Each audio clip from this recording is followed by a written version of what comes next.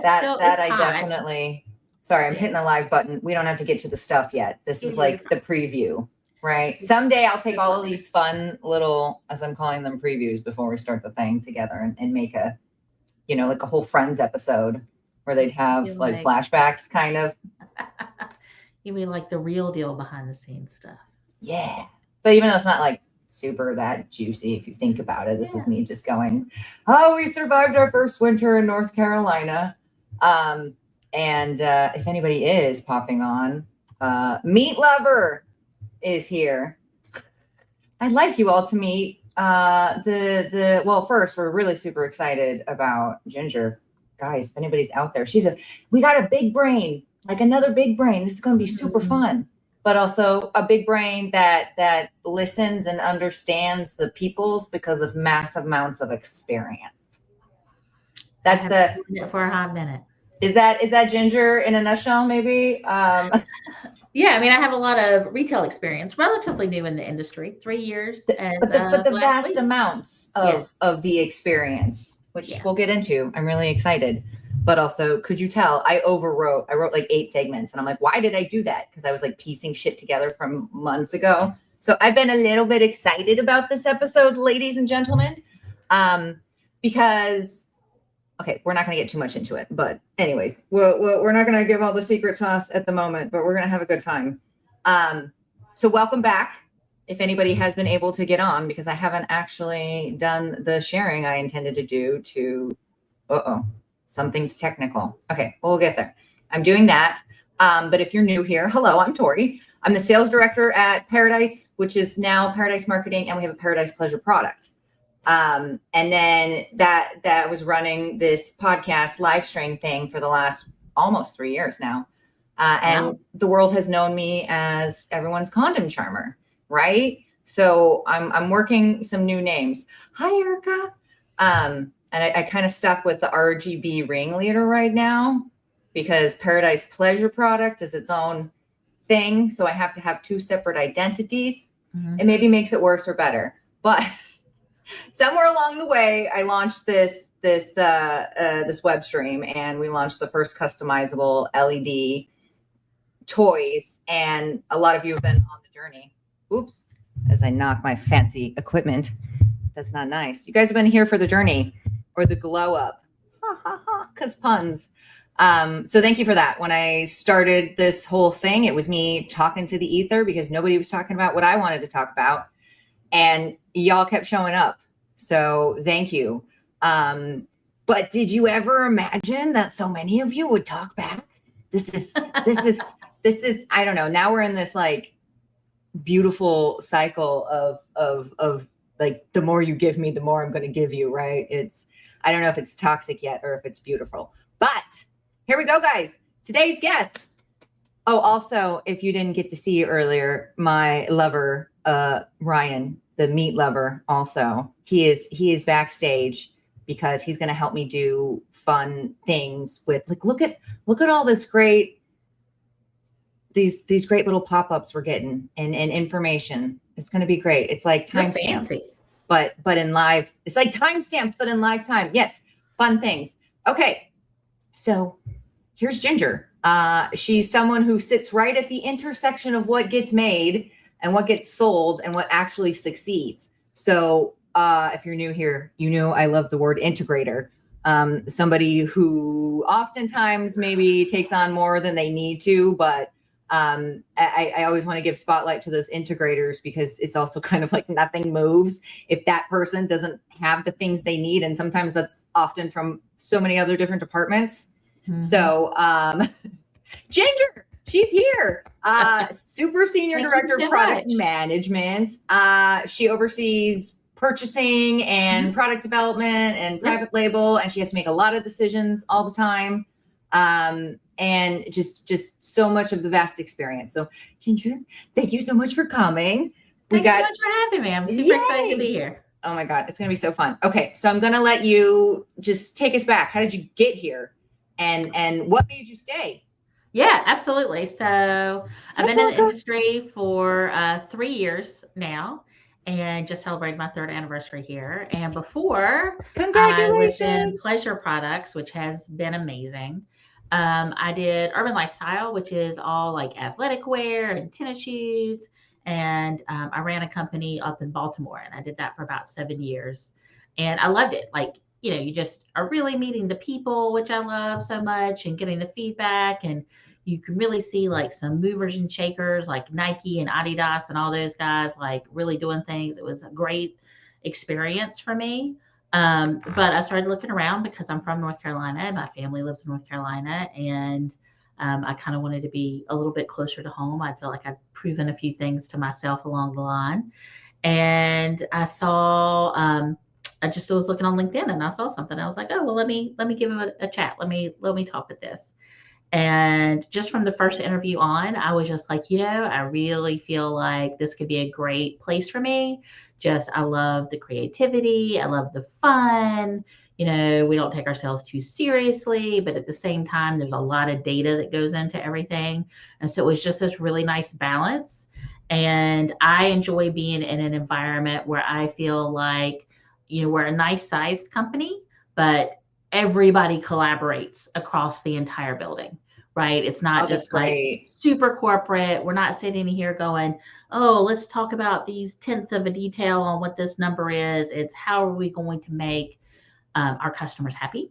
We believe that we sell smiles. We think that we are in the business Oh, I love that. of, The selling the smiles. yeah, right. Like if might you're lightly taking this too seriously, then I think you're doing it a little wrong.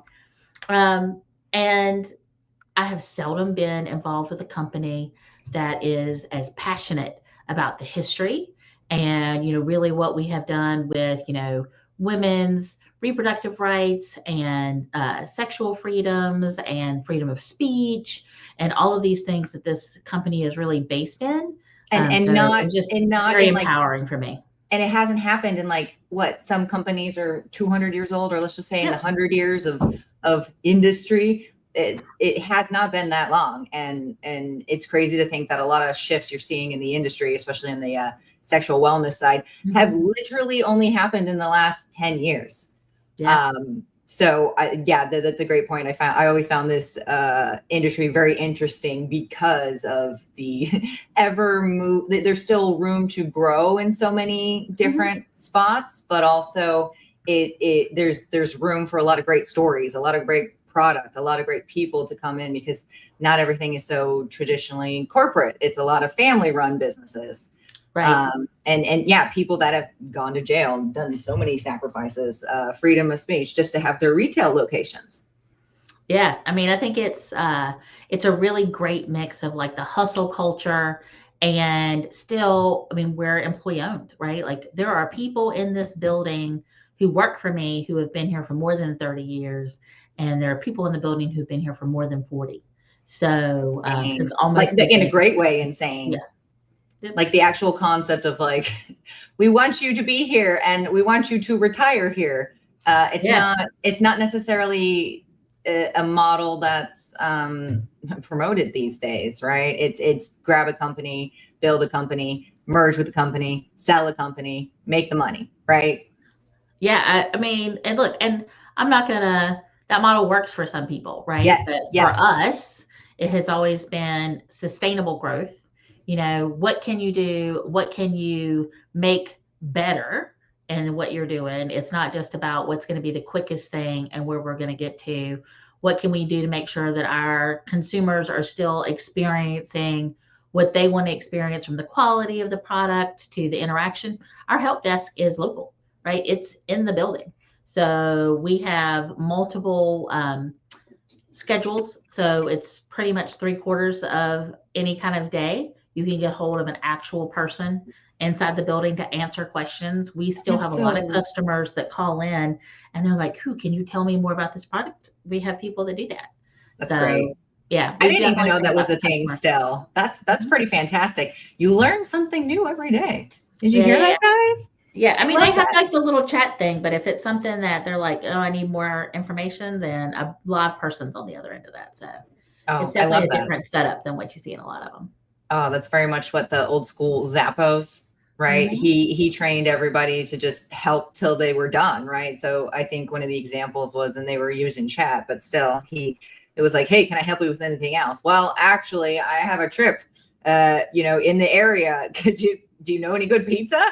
And, that was, hey, yeah, literally, you have authorization to continue to help this customer and be like, yeah, pizza's here. Like, you're talking to a human that you can explain your situation to, and more potentially.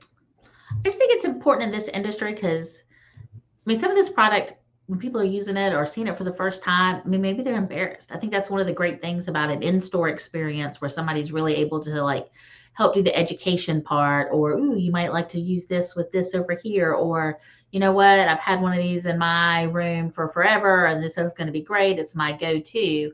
So being able to replicate even part of that with having a live person on the phone, I think is hugely helpful. Also, we have people inside the building who have been with us for 30 or 40 years. We still have a lot of customers who have been buying with us since day one. So we want to make sure that they still kind of experience, it started out as catalog and it was just a few different products. So as we've grown, but we've tried to make sure that we're bringing everybody along for the ride. Ah, that word, inclusivity. Yeah. I love it. There was another great word that we'll just put into the keywords of this episode, the sustainability too, right? You didn't have to change. You didn't need to burn down your customer base and catalogs or pretend that never existed, but you built an additional, channel on the legacy. Yeah, I'm a big believer in everything has ands or ors, right? There's some things you do and a person's going to choose to do this, or they're going to choose to do that over there. We really look for the path that gives us the most ands, right? It's, you could do this and you could do that and you could pick up this over here. So, one-stop shopping when it comes to an assortment of product and really kind of understanding what people's interests are and listening to their feedback. We get some crazy customer comments on our site, some of which are incredibly educational. They're like, I didn't like it because of X, Y, and Z. Some of them are just like, nope, wasn't the one for me. And that's valid, right? One star because I didn't like the price. Because I didn't like it. Yeah, I didn't like it on kind of what it is. And that's okay. Yeah. Because that's always going to be what it is. But when we see things in there, we have a lot of people who spend time going through the reviews and just being like, okay, here was the major takeaway from what happened last week. There were some new things. Are they making like comments about the functionality of something? What can we do to improve what we have? I love that. No, I started a whole tangent in my brain of like, wow, Adam and Eve is so many things, but an additional thing I'm adding to my narrative was you're probably, if not the leader of parts of the industry that is, I don't want to say you're data driven only, but a lot of places don't necessarily have the same amount of capability to get the data. They're stuck to a POS system or just word of mouth or he said, she said. You can actually go and be like, well, these are the patterns, these are the behaviors. It doesn't, you can't just copy pasta everything, right? Yeah. But I know there was a point in my career where it was a big shift for the company that I was at to actually start bringing KPIs or any sort of data.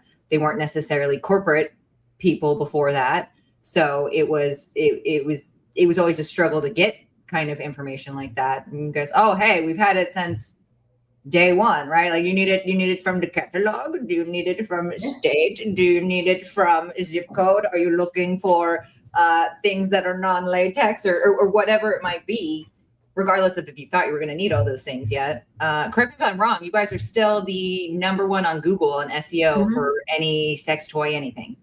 Yeah, we have a tremendous amount of data. And I think that as the complexity of it grows and has over the years, that's still one thing that we constantly learn from, right? It's, you have the data, how are you pulling that data out and how are you going to use it to tell you a great story?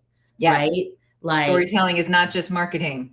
Right. And if you get the data and you start in the middle, you don't come to the right conclusion as if you really backtracked it and said, no, let's start the story from the beginning and kind of go in a sequence on what it is. So that's incredibly important to us, is understanding the context around what it is. But yeah, right. Because if you don't understand the context, then you think you're being clear, but the numbers are going to look like something else. Exactly. I think for us, yeah, are we the biggest? We are, but part of the reason we come in every day is to continue to grow, Oh right? yeah, How do we get bigger? How do we how do get you bigger and maintain better? that? Right. I Yeah, was yeah, gonna say it's that's a bigger struggle to me, honestly. I feel like companies spend in general more money maintaining their top status than it's easier to take than it is to maintain. and I think that, what we've done is we prioritize the people both in and out of the building. Like when we build out platforms, we are like humans are the platform that everything is built off of, right? You Yes. know, people talk about AI and it's going to replace and AI can be a great tool. AI is a great recapper of things. AI does a lot of those pieces. However, without the right interpretation of the data, without really kind of understanding what it is, it's useless, right? You can come up with a lot of different data points that don't actually have any real life application. So we start with people, we start with our customers and what they're looking for. We start with what's going to work for the people inside this building as we continue to grow as a company. And then we try to connect the dots. We're constantly trying to connect and we lean on our partners. Like, the illumination line was something that we're like, here's somebody who's doing something cutting edge. My ego is not in it like that. It doesn't have to be me that comes up with something. I am always looking for somebody to have the next great idea. And it's my job and it's our job as a company to figure out how to support the the absolutely overwhelming amount of ingenuity that really happens in this industry. People are always looking for a different way to meet the needs and to meet people where they exist. And so me looking for great partners is a huge piece of my job. Oh goodness, so many things. We have like 18 more episodes, like talking about partnership, and then we just need to do a whole storytelling with data, sort Yeah. of quick and dirty. Nathan here, I don't know if you got to see the comment earlier, but he agrees. He's like, data is everything, assuming you can understand the context, Mm-hmm. right? He finds himself constantly reminding other people about that. That's a whole other episode, right? Where it's like, great, this is how you read the data, but don't let people flip the data on you, right? Meeting people where they play. Hi, Cherie. Also, Ah, hi. She's She's always awesome. here. Oh, Mama Red, Mama Dragon. She's Mm-hmm. here. She's here. I tell her this all the time. I was like, I don't know, because we'd known each other. Actually, she knew my husband. Thank you, meat lover, in the back. They were there because he used to work for Fascinations, and then he moved to corporate, and then all the things. Oh, nice. So, we had kind of started our relationship there, but definitely as I moved more into condoms, because she had all the ID Mhm. experience, I'm like, how did I even do the other 8 years or whatever without you? I don't even understand. And like this lady, Blanca, like, how did you do it without your people? But so yeah, I wanted to mention, thank you. Sidebar, thank you for being a partner with Yep. us. Talk about the things we've learned in 90 days on the illumination line. Like I Right. remind people, it's literally been 90 days. And we've learned so much, and we were even able to update graphics and all that stuff. Mhm. It's again why what we talked about earlier, we're drawn to this industry, or at least we have that in common. It's not always easy to turn a bigger ship around Yeah. versus we were able to kind of dip in and out where we needed to because of the nature of the industry. Yeah, I think that you guys have been incredibly nimble on what the process is and coming up with something that is has as much innovation as that line does, and really kind of coming out of the gate on it. I think that you did a really, really good job. I think that there are learnings and there's different ways to present, and it's how does it look online versus in store. It's such a different experience. Seeing it out at the show at altitude. People will just naturally gravitate towards what that product is. It's just very playful, it's fun, and it just kind of adds like a new sensuality to the toys, I Oh, think. thank you. I'm just obsessed with lighting anyways. So this Hmm. somehow was always destined to be. Can we talk about that a little bit? You were talking, because Yeah, at absolutely. least I can lean in on my experience, but I'd also like Yeah. to lean into the family here, like the concept, and you're 100% correct. There is a difference in showcasing product on the interwebs Yep. than showcasing in a retail or a trade show environment. Things that might work, like I realized taking pictures of RGB LED products with a crappy camera or a crappy webcam completely, it doesn't look the same as if I even did it on my camera phone, right? Right. How would you have even known that? So learning that you have to figure out how to show a white product that lights up and not make it look like what it's not on a white background. That was a fun learning experience. Yeah, there were challenges, and I think that hindsight's always 2020, right? If you look back and we're like, okay, how do we relaunch it today online and call it this really great experience? I think that that the use of video, which isn't something that we necessarily do the best job, it's something that we are putting a lot of time and attention into right now. But That's video great. That's great for you guys. definitely helps that out. And I think that's someplace that will continue to grow to be able to showcase lots of different kinds of products just at their best advantage. But I do think that that is one of the things that we have to become more flexible in. We have white backgrounds. We like to have this kind of symmetry and make it a very consistent feel. But like, how do we create these little moments, right? These little vignettes of stories that we can tell and really tell collection stories at a whole different level. I think that's the kind of challenge that this product brings to our table, and it's part of my job to do a solve for that. Oh, we're gonna get it, guys. Don't worry. The illumination, domination, sensation, it's coming. But also, it's so fun to just kind of still do it together. Absolutely. Oh, I love that. More video stuff. What do you think? This is me just now not going off of any of the crazy stuff that I wrote about, because why not? What are your thoughts? Because you were kind of talking about how like, oh, we got to kind of convert to video because a lot of the world is video, right? Like a lot of the world just, if you try, I'm trying to figure out the social media game a little bit here. Welcome. And, organic growth and all that fun stuff. But it seems like a lot of the, what I would have planned for traditional marketing promotions even 3 years ago, like a quote or a stagnant post or a product photo, is not even like, people aren't looking at posts. They're looking at reels. They're looking at quick little videos. So add that sort of new hurdle with our category gets all sorts of whatever for being our category on the internet. And then, it's like, how do you make that make sense?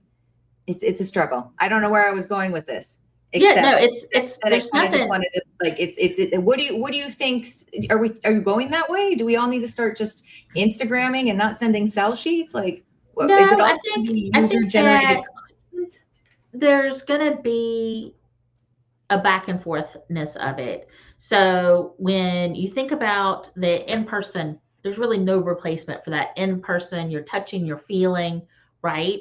But there's also, with COVID and everything that happened, there's just not as many people that want to go out and touch and feel all the product all the time. So many great strides were made, right? Like, we're doing this right now. We're not even close to each other, but we can have this kind of virtual in-person experience, right? Well, because we never get any time at the trade shows, actually, even though we want to sit down with like a snack, but that can't happen. So we just do it on the interwebs later.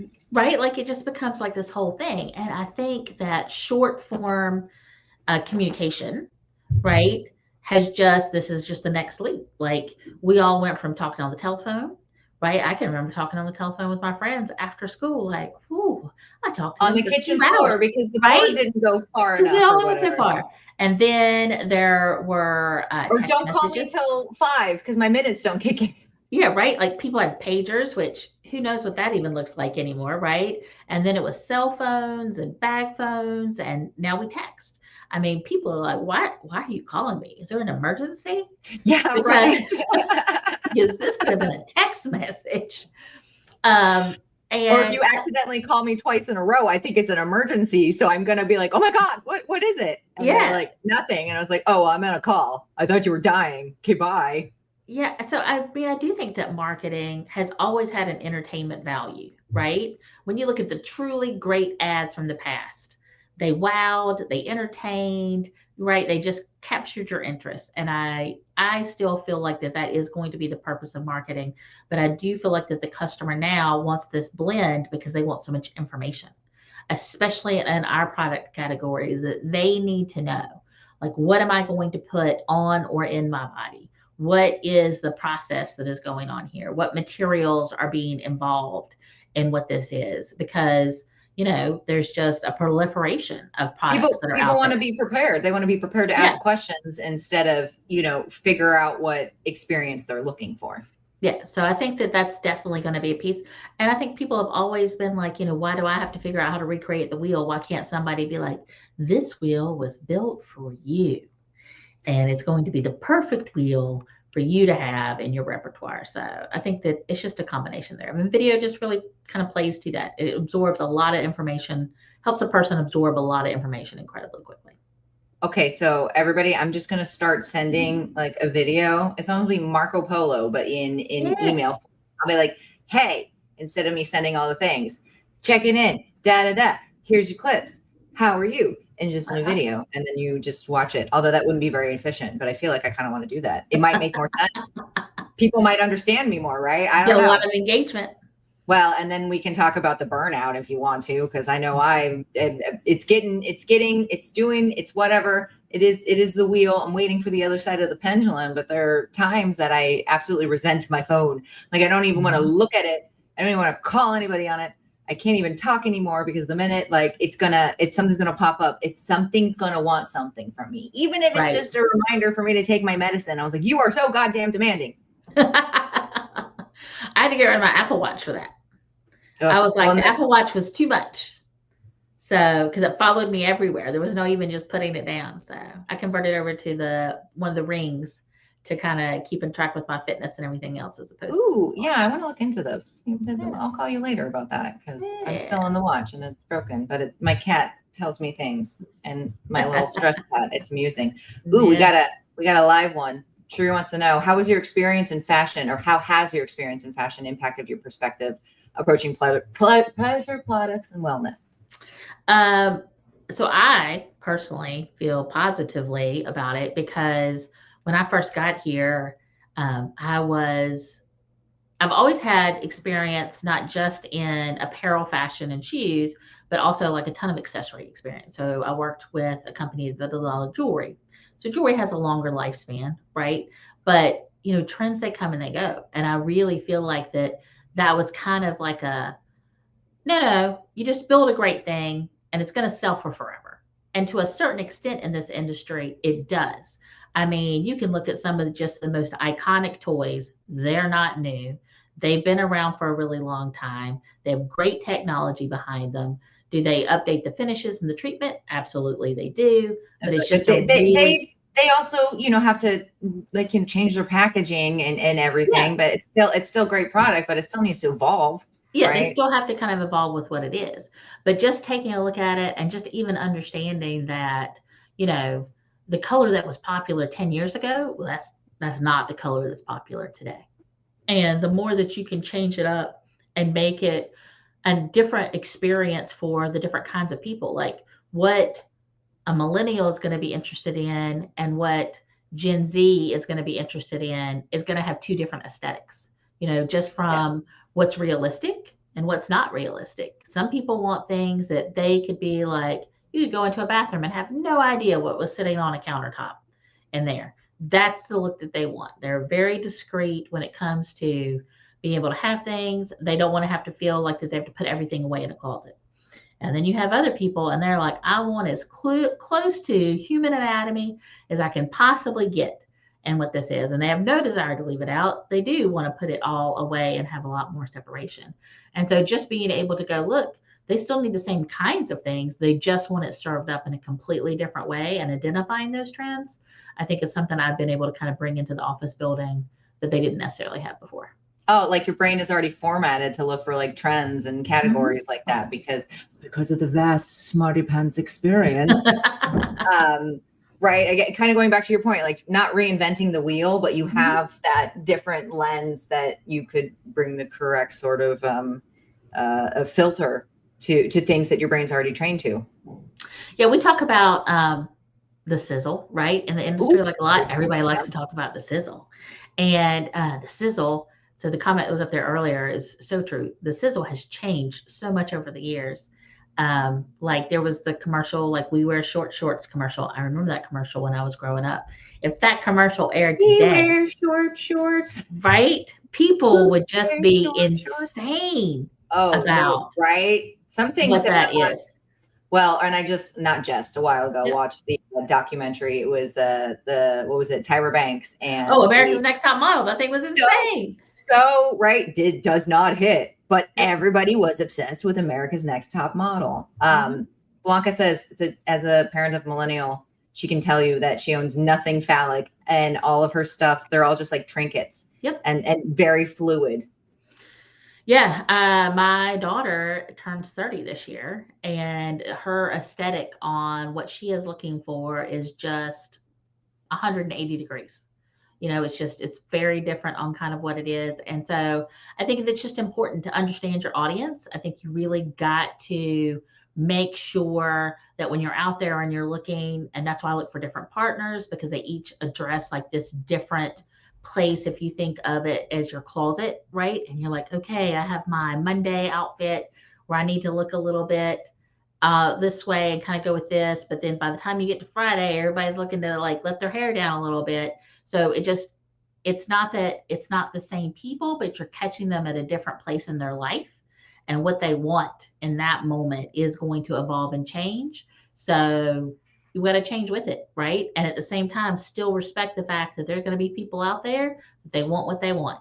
So I think that there's a way to do it. And I think there's a way to sell experiences more, which I think is what a lot of people are looking for, and help curate, because that's the biggest unlock for what people are. When they go into a store, there's somebody to sit there and go, hey, I want this experience, right? And we are trying to make sure that we can offer as much of that online as is humanly possible. But also, in what? It's not even 30 seconds for attention. It's like in less than 10 seconds. Can I show off all of my presumed experiences quickly so that I can draw you in enough to get the education?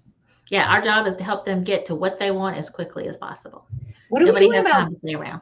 Yeah, I was going to say, what are we doing about blogs anymore, people, in the SEO or e-commerce world, right? That used to be the like, get a blog and then you get the backlink and then all the people. I'm not seeing a demand for blogs so much. No, I don't see them as standalones. I think we are looking at expanding out the education on our site in a personable sort of way. So I think, yeah, rituals is definitely like that's a great way to put it, Blanca. Yeah, I think absolutely. I think that there's just, what's my routine? What are the things what combination works for me and what this is? And by sharing, they want to customize everything. Yeah, by sharing what works for other people, I think that that's what's going to help out, right? So just being able to say, hey, if you use this and this, I think you're going to enjoy that experience more. And helping them understand what things can kind of, in what order to do things, what lubes match up really best with which toys, why should you use a specialized toy cleaner as opposed to just, washing it with your Dawn dishwashing detergent. Spray, scented, unscented, right? This is I mean, so that kind of brings me to another thought as customers are demanding more education and getting more educated. I'll put an asterisk there because condoms just got no more education and got so much more misinformation, but that's another day. Do you think, since they're more like, are they more educated now, or are they more overwhelmed? Right? Like sometimes then people are down a rabbit hole and then it's like, I must have the lemon. I'm not picking on you, lemon, that you're just in my head, right? Yeah. Because that's what they've had, but that's their education, so to speak, but are now they overwhelmed and they're just like, I think that people have access to a massive amount of data. Not all of it is data that is accurate for them, right? So data can exist out here, and you have to really say, well, from my point of view, from my story that I want to tell, what is actionable for me?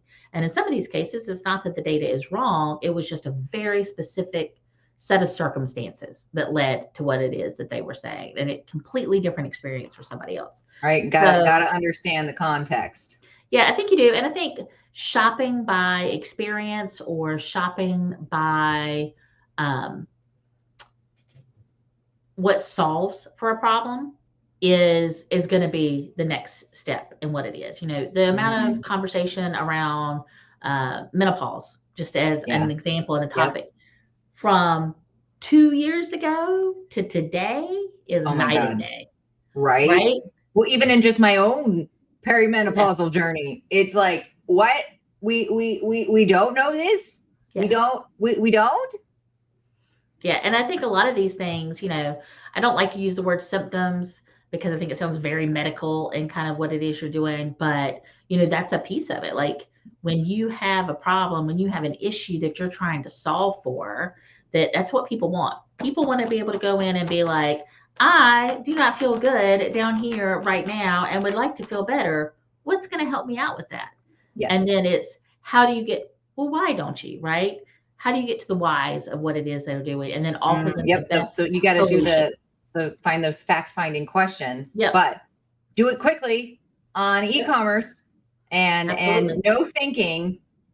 So I can just get in your cart, right? And then we go from there. Yeah, that's where I feel like the more decision tree we can make it to be like, ooh, this is where you start. And then, okay, you like this, click onto it. Or you like this, click onto this over here. And that gets them to what it is they need. I think that's going to be key. I do And then, love like when I that said, happens to yeah, me. curating. We're just Yes. always looking for great new partners that have innovative new products. What can we put up there? What can we make sure that our customer gets first? That was so many great things wrapped up. Cherie, the conversation and resources are improving for menopause, but still a long way to go. It's something like Absolutely. no less than 25 years of research on PMS and more than 100 years on ED. That's all I'm saying. Just one. It's not apples and oranges, but just saying. The same with first-time buyers and their first purchase. Not many people tell them that they should start soft and rumbling rather than full-on desensitizing. Yeah, and I think just being able, there's like almost a stigma attached to like some people are like, well, they don't want to be called out as not knowing what it is they're doing. And I'm like, really, that's not the point. The point is, how can we make sure that what it is they're doing, we give them a better ritual or a better process to do, what takes them up to the next level? Because it's like kissing. Everybody starts off kissing. Nobody's perfect at it when they first start. It's a little messy. It's a little all over the board. You're But both that's trying to look at the that's other part of the person, journey. right? And you learn together and you figure out what feels good. But I think that's something because we do it so young, you get past that embarrassment and you kind of do it. Some people start off into this process, after a life change, after a divorce, after they've had children and their bodies change, when they're going Yeah. through menopause. Yeah. It starts an entirely different journey for that person through different places of life because your body changes and what it enjoyed when you were 20 years old and still powering through on 2 hours worth of sleep and some energy drinks is not what I Or can do today. maybe how you expect people to show up in your relationships are different. I know that's a big struggle. No, Absolutely. 100%. It's all sort of different phases. I love that. Oh, my chair, it scooted. Do you know when it accidentally falls off the carpet and then all of a sudden I'm all Yeah, trapped in absolutely. my own desk? That was embarrassing. Okay, that was great. Yeah, Blanca was what did you get? She got sorry. She didn't get her first toy till she started in the industry 20 years ago. I will talk to almost anybody, and there have been a number of times, like I travel a lot, that I'll be on a plane. Some people are like, "Oh, what do you do?" And I'm like, "Do you really want to know?" I'm And a so, badass bitch at Adam and Eve. yeah, so you start talking about them, and they'll be like, Yeah. "I have no idea what to get," and I'm like, "Well, you're like, what do you like? What's your favorite? What movie makes you tingle a little bit, right? What makes you Ooh, feel that's in a that good one. romantic kind of mode? Because that's going to tell you, like, what experience did they see in that movie? Was Yeah, it or like show intense? me. Was it soft? Was it like what was it? And then that kind of you can use a lot of context clues to kind of lead them down the path. But they love it. Lord of the Tingles. Yeah, there's some That great titles out there when you really look for them. Oh my goodness. Well, I think Lord of the Tingles, or I guess Lady of the Tingles, is one of your new names that you were just dubbed. This is fun. That's so much learning. So much learning today.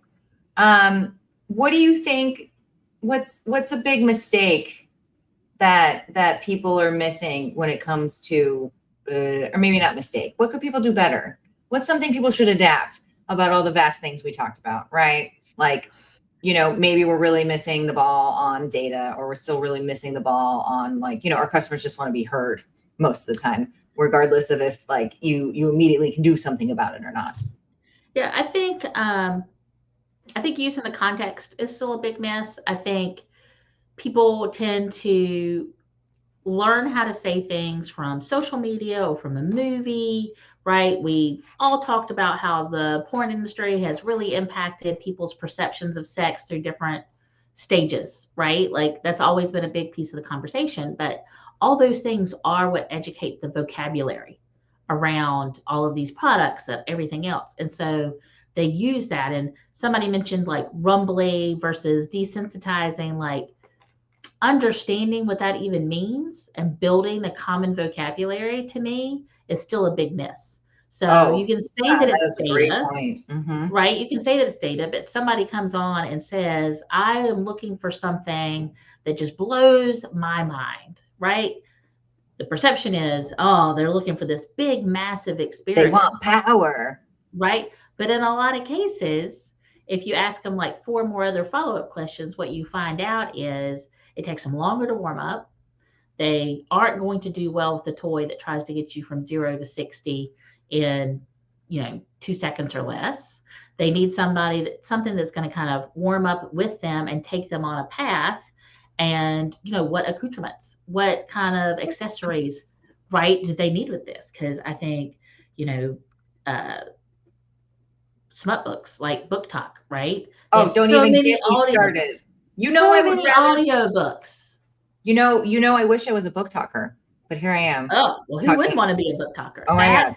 and naming fingernail polish for OPI Right? were my dream jobs at No one joke. point in time. I was like, I'm oh, not I'm really a great waitress at is still my favorite. Okay, but look what came today. Tuesday is book release day, right? So yeah. we have the Throne of Broken Gods was just number 2 in the Gods and Monsters, and Yep. we're sprayed edged, so we'll just.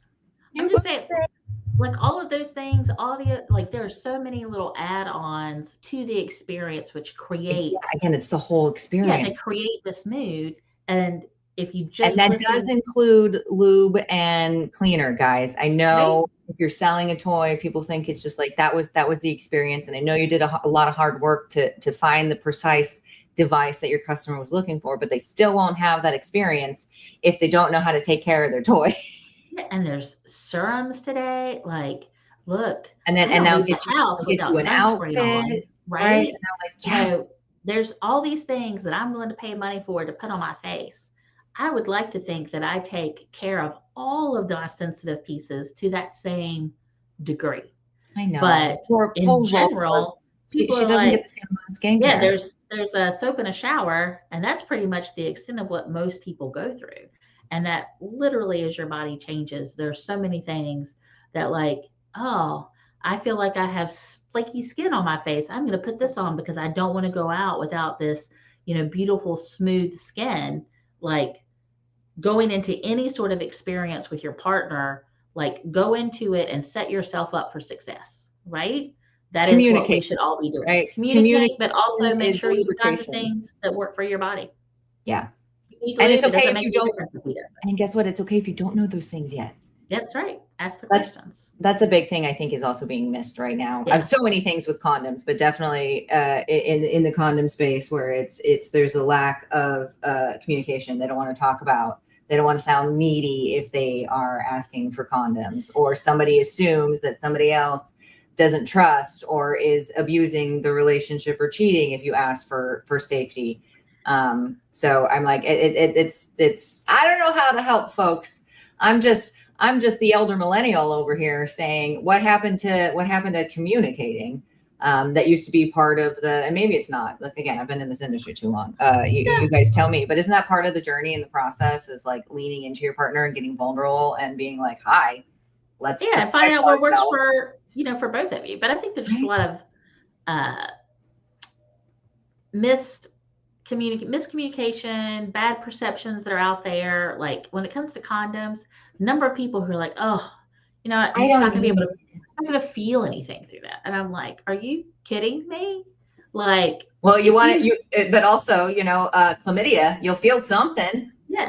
But I mean, there's plenty of them that offer all sorts of different experiences. I guarantee you will find one that you enjoy using or your partner enjoys you using. So I think that there are some of those things where it's just misconceptions.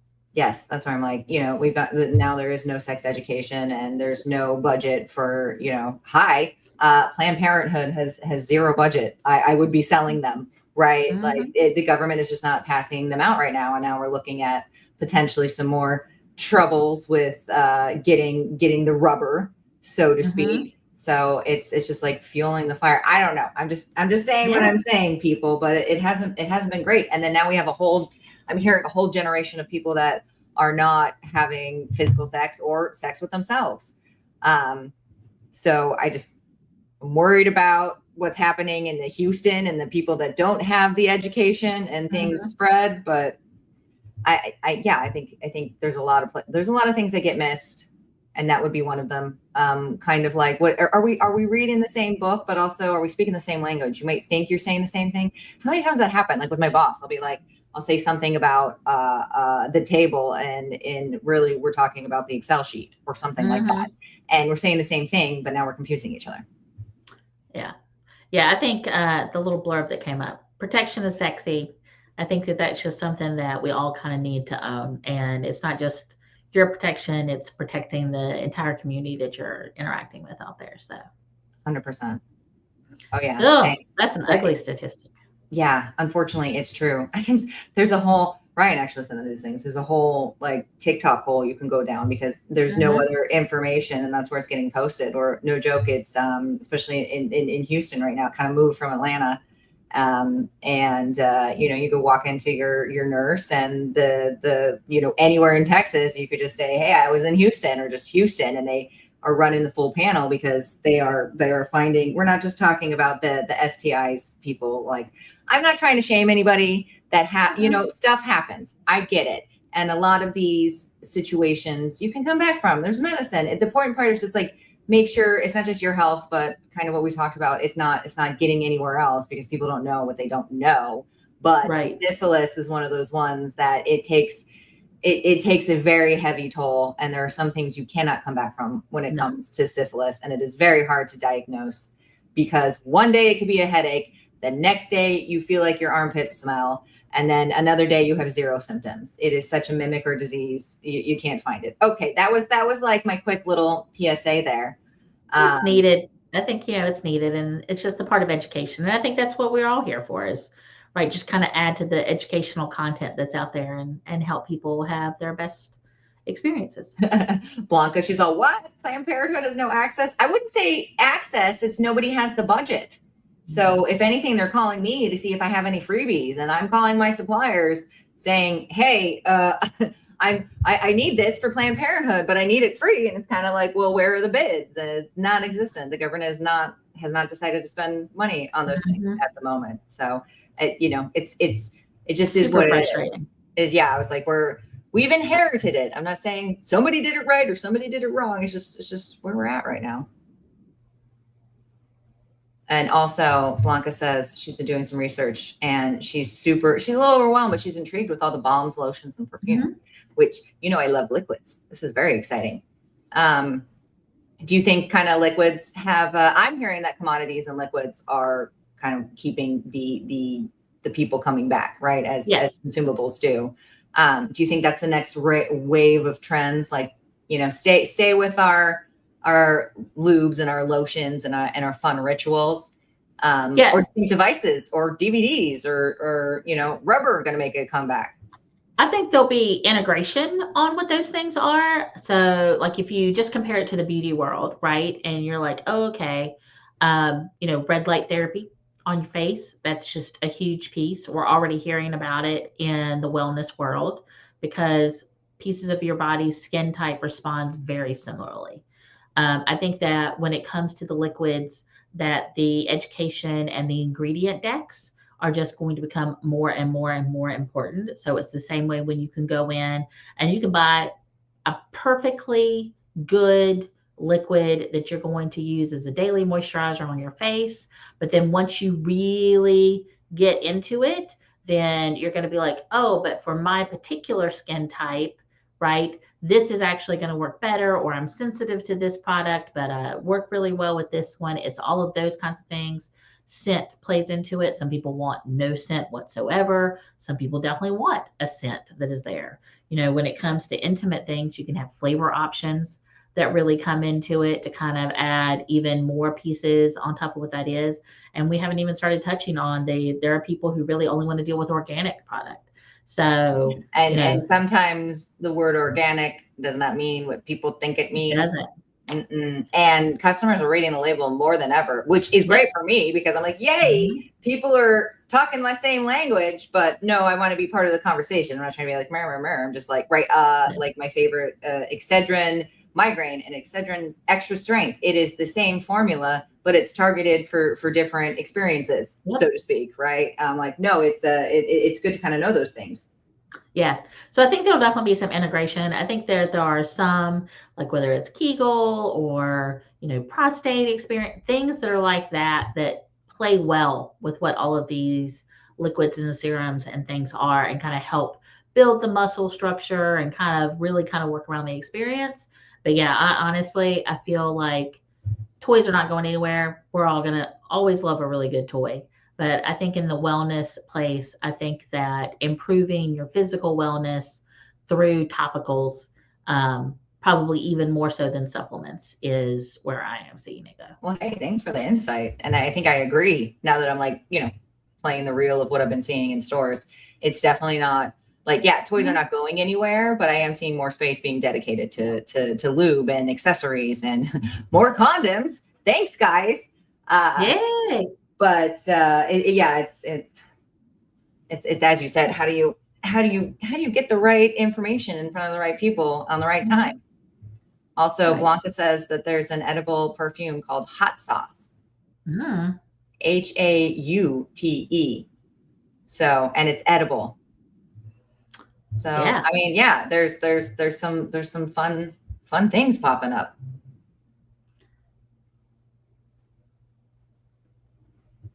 I'm like writing 5 more episodes in my head. So I'm gonna leash the demons here, because this is great. This is like so much dopamine and information and fun, but also I never get to talk to my girlfriends.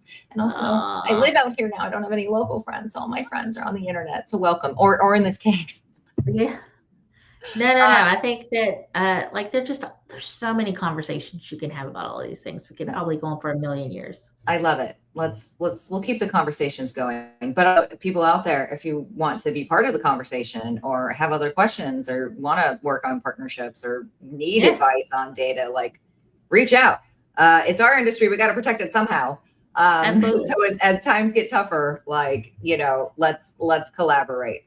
Okay, I'm going to do the rapid fires now. Yes. Because I'm trying not to make this like an hour and a half episode, as much as I really like that right now. And someday I envision these cute little things where I add people's rapid fires to something. I don't know what yet, but it'll be fun. Okay, so if you could design any product, doesn't have to be an adult product, like it could be Kleenex. If you were able to redesign a product from scratch, what would it be? Ooh. Cars. Okay. I feel like the whole seatbelt situation is insane, and we could do better. If we could just do so much better. They're just not as user friendly as they should. They're not comfortable. Something you're supposed to spend that much time in with all of our commutes every day. It just needs to be a lot more comfortable experience. Yeah, forget it. And it doesn't need to be it doesn't need to be like everything's another $2,000. Yeah, I grew up on the Jetsons. Where is my bubble air car? Oh, Chris, hello. He wants a teleporter. That's I take saying. A TARDIS any day of the week. Oh, well, I mean, if are we talking teleporters or TARDISes? These are completely different, even though they do the same function. It's like a facial tissue or a Kleenex. I mean, I feel like the TARDIS is going to get you there. Yeah, Scotty might have moved you up to the wrong place. You're like worried on a molecular level. Mm-hmm. I could see that. Speaking of which, what's the most overhyped feature right now? Doesn't have to be adult. Like I just think, whatchamacallit, the overhypeness of creators with their likes when really you could just have great content and still, you know, get the monetization that you want, right? And even brands don't necessarily always care about your likes, but if you can make a good review and do a good whatever video and a couple of good posts, they're happier with that. I feel like I'm going to say AI, which may be controversial. No, do it. But like honestly, when it comes down to it, when I was growing up and coming up, and really computers were expanding, and the internet was like kind of a new thing, and all. Oh, is this when your AOL showed up on a disc? Right. You don't even know what a disc, like your internet showed up on a disc and you paid for it separately. Amazed, and everybody was like, no, computers are going to take over the world, and they're not going to need people to. I mean, the same conversations are going on, and they can do anything. But the bottom line comes down to it, and you ask AI to do something, it can come back with great data, but it's not necessarily applicable to the problem, right? Like if it doesn't do a square peg round hole thing, if it's not working, it's not working. Yeah, it's not working. And the difference between causation and the cause and effect piece of it is just really not there with AI. It'll be like, oh no, this correlates to this. Did it cause that, or did it just correlate to what that is? And I think that there's just I think it forgets itself, and like there's this huge dependence that you're going to be able to put any question that you want to in there. But like they've already done studies that AI makes things up because it's just basing off of what's on the internet. And I don't know if anybody else knows this or not, but not everything on the internet. Do you believe everything you hear on the internet? Right? Not everything on the internet is true. So most overhyped for me right now. All right, AI is overhyped. What's underrated, or in a category rather than like what deserves more attention? I think that the work-life balance, like in any of the pieces that kind of work with that the stress levels are just so high out there, right? That there's plenty of things that can help work that out and like help how your brain flows and works and kind of get it in there. And I just don't think we spend a lot of time on it. I think everybody's looking for the shortcut that gets you there. So it's like, what's going to make you happy in the next 15 minutes? And I think that there's a lot of things that can be done over repetition and great rituals and just having like nice routines that kind of get you there. And we're not paying attention to the things that work there with that. Well, it goes back to that other word you said that I like, this having a sustainable work-life balance. Yep. Yeah. I got to work on that too.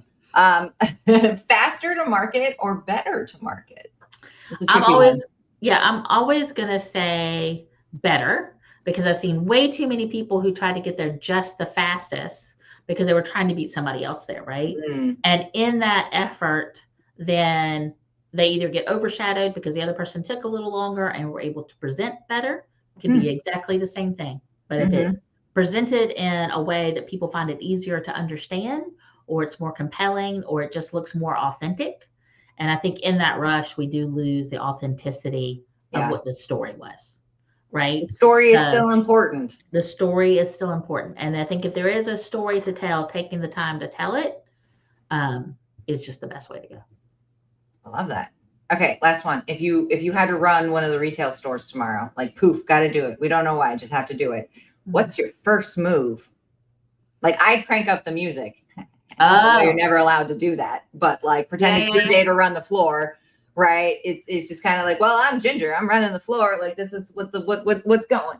I, having worked in a lot of retail stores, I will tell you, I change the windows in the drive aisle like nobody's business. I am like, if what I had in there yesterday did not resonate with you, I guarantee you I have something in this store that you want. Let me figure out how to position it in such a way that you see it better and tell a better story. I think that the amount of stories that stores can really tell in their windows and drive aisles, that is what gets people to come deeper to the store. That's I had like a little nostalgia of like window sets and like, go and pass the Nordstrom sets to see what they changed, or the Saks sets, like just because back when malls were a thing, it was fun. People still go up to New York just to go through and look at the holiday window selections. So, but yeah, a good soundtrack is always a good vibe. Well, fun. Everyone come to Ginger and Tori's, Adam and this Eve was so store much in our fun. mind, right? We made a store in our mind where we're gonna have good Absolutely. tunes and we're gonna have great product and awesome windows. I'm here. Yeah. Sign me up. You've been so awesome. Thank you so much for all your time. No, thank you. This is Just such a pleasure. thank you. Before we do the whole wrap, right? Like the condoms.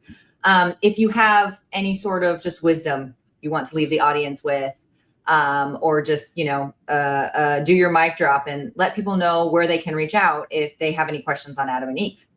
Do the shameless plugs.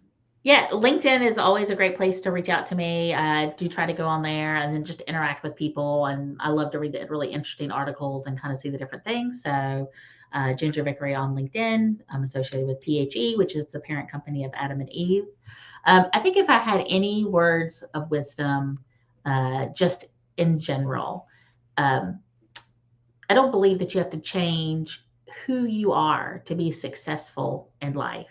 If anything, I think you need to figure out what it is that you are the most proud of in yourself and lean into it and really bring that level of confidence and experience of what you have, because everybody has great experiences. Everybody has something that they know more about than anybody else around them. They're just usually too nervous to lean into it. They don't want to embarrass themselves. And you really just have to kind of walk away from that and say, nope, this is who I am and this is who I'm going to be. And I believe that that will add value to almost any team that you work with if you do that. Aw, I'm going to clip that for myself when I'm having a bad day. Yeah, no. That was great. That was beautiful. Thank you, Ginger. That's a wrap, everybody. Huge thank you to the audience, to Meat Lover, Ryan, and Ginger. Thank you for pulling back the curtain. And really, this was like me having a good time asking questions. I don't think we asked much of the things on the outline, and I love it. It was beautiful. And if anybody, thank you. If anyone else has enjoyed the conversation, or you want to get involved, or it was somehow inspiring, feel free to send it off to people. Please share. If you're looking for me, you can go to the P3 page. Most of my episodes are there. And you can DM people. Otherwise, I do have a YouTube, which is the YouTube at Tuesdays with Tori Tia. And there's stuff there. So let us know. Oh, hey, Chris. Thanks for showing up. No, thanks so much for inviting me. Anytime. Oh, it was fun. It was fun. And hey, we've learned that whether it's on a shelf or a screen, like your product, if it's not solving a problem, right? Maybe it's a good time to create some momentum, right? Mm-hmm. Absolutely. See you next Tuesday, y'all. Thanks. Bye.